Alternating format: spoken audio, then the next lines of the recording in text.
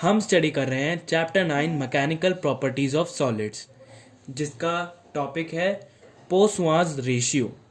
ये एक French word है जिसे हम नॉर्मली प्रोनाउंस करते हैं पॉइजन या पॉइसन्स रेशियो, बट इसका रियल प्रोनाउंसिएशन है पोसवाज रेशियो। तो जिसका फॉर्मूला है लेटरल और transverse strain upon longitudinal strain. तो पोसवाज रेशियो समझने के लिए सबसे पहले हमें समझना पड़ेगा लेटरल स्ट्रेन। हम एक एग्जांपल लेंगे एक सिलेंडर का, जिसे आप किसी भी मटेरियल का सपोज कर सकते हैं, किसी भी स्ट्रेचेबल मटेरियल का। तो जब हम इस पे फोर्स लगाएंगे दोनों साइड, तो ये स्ट्रेच होकर हो जाएगा ऐसा।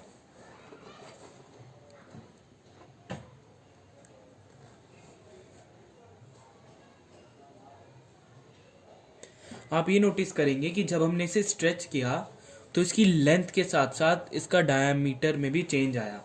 इसकी लेंथ इंक्रीज हुई और डायमीटर कम हुआ। तो पहले इसका डायमीटर था d और अब इसका डायमीटर है d डैश। तो आप एक रबर बैंड में भी देखेंगे कि जब आप उसे स्ट्रेच करते हैं तो वो थिन होता जाता है, ऐसे ही ये सिलेंडर भी थिन हुआ है। तो ये d dash always less than d। आप रबर बैंड में भी यही देखेंगे कि जब आप एक रबर बैंड को स्ट्रेच करते हैं तो वो थिन होता जाता है, यानी वो लेंथ तो उसकी इंक्रीज होती है पर उसकी जो थिकनेस है वो कम होती जाती है। और सिलेंडर के केस में देखें तो डायमीटर कम होता है और इसकी लेंथ है L। तो इसकी लेंथ है L डैश, जिसमें L dash greater than L। Generally सारे मटेरियल्स में डायमीटर डिक्रीज होता है और लेंथ इंक्रीज होती है। तो लेटरल स्ट्रेन जो होता है वो होता है चेंज इन डायमीटर यानी delta D upon original diameter D, जिसको हम डिनोट करते हैं ई टी से। और लॉन्जिट्यूडनल स्ट्रेन होता है change in length delta L upon original length L. जो डेल्टा डी अपॉन डी होता है वो हमेशा नेगेटिव होता है, क्योंकि डायमीटर डिक्रीज हो रहा है। तो डेल्टा डी नेगेटिव, जिसकी वजह से लेटरल स्ट्रेन भी नेगेटिव। और इसमें डेल्टा एल पॉजिटिव होता है क्योंकि लेंथ इंक्रीज होती है। तो ये पूरा ई एल भी नेगेटिव। और पोसवा रेशियो का फॉर्मूला होता है, इसे हम सिग्मा से भी डिनोट करते हैं या म्यू से डिनोट करते हैं। ये है म्यू और इसे ई को हम बोलते हैं एप्सिलॉन।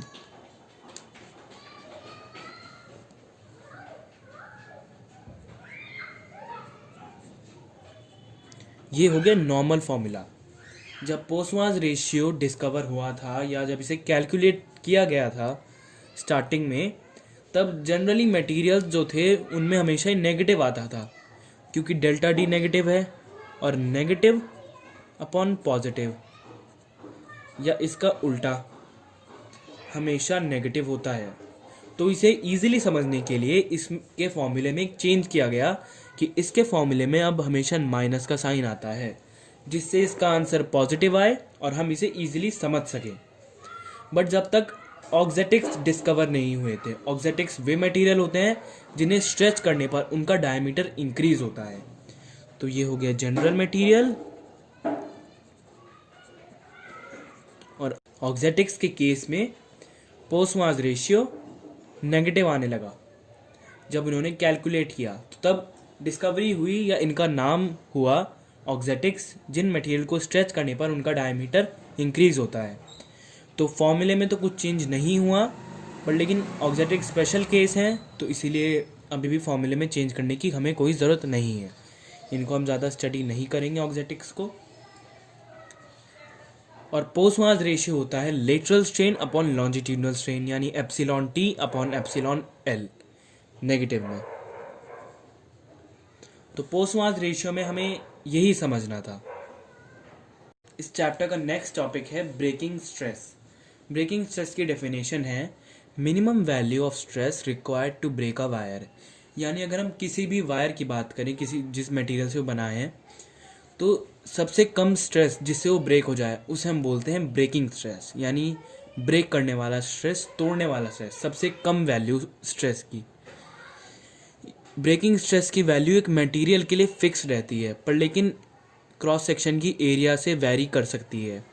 यानी अगर हम एक वायर लेते हैं सेम मटेरियल का और सेम क्रॉस सेक्शन एरिया का, तो दोनों वायर्स के लिए ब्रेकिंग स्ट्रेस कांस्टेंट रहेगा, उसकी वैल्यू सेम रहेगी। पर अगर एक की क्रॉस सेक्शन एरिया ज़्यादा है और एक की क्रॉस सेक्शन एरिया कम है, तो उसमें ब्रेकिंग स्ट्रेस की वैल्यू डिफरेंट आएगी, चाहे वो दोनों सेम मटेरियल हो, और अलग होगा तो आएगी ही आएगी।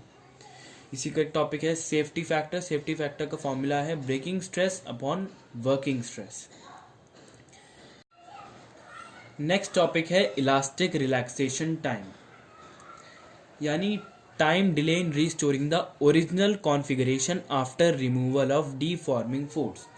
किसी भी बॉडी पर जब आप फोर्स लगाते हैं और फिर उसे हटा देते हैं, तो उसको ओरिजिनल साइज में आने के लिए जितना टाइम लगता है उसे हम बोलते हैं elastic relaxation time. For example, अगर हम यहाँ पे एक स्प्रिंग लें, तो अगर हम इस स्प्रिंग को स्ट्रेच करके छोड़ देंगे तो जितना टाइम इसे अपने ओरिजिनल कॉन्फ़िगरेशन में आने में लगा उसे हम बोलेंगे इलास्टिक रिलैक्सेशन टाइम। और क्वार्ट्ज और फॉस्फर ब्रॉन्ज के लिए ये टाइम नेग्लिजिबल है। ये जस्ट एक पॉइंट है। नेक्स्ट टॉपिक है इलास्टिक फेटीग, यानी किसी मटेरियल की वो प्रॉपर्टी जिसमें अगर हम उस मटेरियल पर बार बार यानी रिपीटेड ऑल्टरनेटिंग डीफॉर्मिंग फोर्स, यानी डीफॉर्मिंग फोर्स लगाएं और हम उसे बार बार फोर्स लगाते रहें, और ऑल्टरनेटिंग यानी कभी ज़्यादा कभी कम या सेम लगाते रहें, तो वो बॉडी फिर लेस इलास्टिक हो जाती है, यानी फिर वो अपने ओरिजिनल साइज में आनी थोड़ी मुश्किल हो जाती है। हम इसके एग्जांपल में फिर से हम स्प्रिंग लेंगे। अगर मैं स्प्रिंग को बार बार स्ट्रेच करूं, पहले इतना फिर इतना फिर इतना, ऐसे कर करके रिपीटेडली अगर मैं करता रहूं, तो अब ये अपने ओरिजिनल कॉन्फ़िगरेशन नहीं आ रहा। तो ये है इसकी इलास्टिक फेटीग, यानी जब मैंने बार बार इसे स्ट्रेच किया तो कुछ समय बाद ये अपने ओरिजिनल पोजीशन में आना बंद हो गया, तो यानी ये हो गया इलास्टिक फेटीग। नेक्स्ट टॉपिक है डक्टाइल एंड ब्रिटल मटेरियल्स। ये हम पहले भी पढ़ चुके हैं, इस बार हम इसे थोड़ा डिटेल में पढ़ेंगे, या पहले जैसा ही बस थोड़ा एक्सपैंड फॉर्म में पढ़ेंगे। इसकी डेफिनेशन 10th क्लास तक हमने पढ़ी है कि जिन मटेरियल में स्ट्रेच करने पर वे वायर में फॉर्म हो जाएं उन्हें हम बोलते हैं डक्टाइल मटेरियल। बट इसमें डेफिनेशन होगी कि material which show large plastic range beyond elastic limit. हमने स्ट्रेस स्ट्रेन कर्व बनाया था,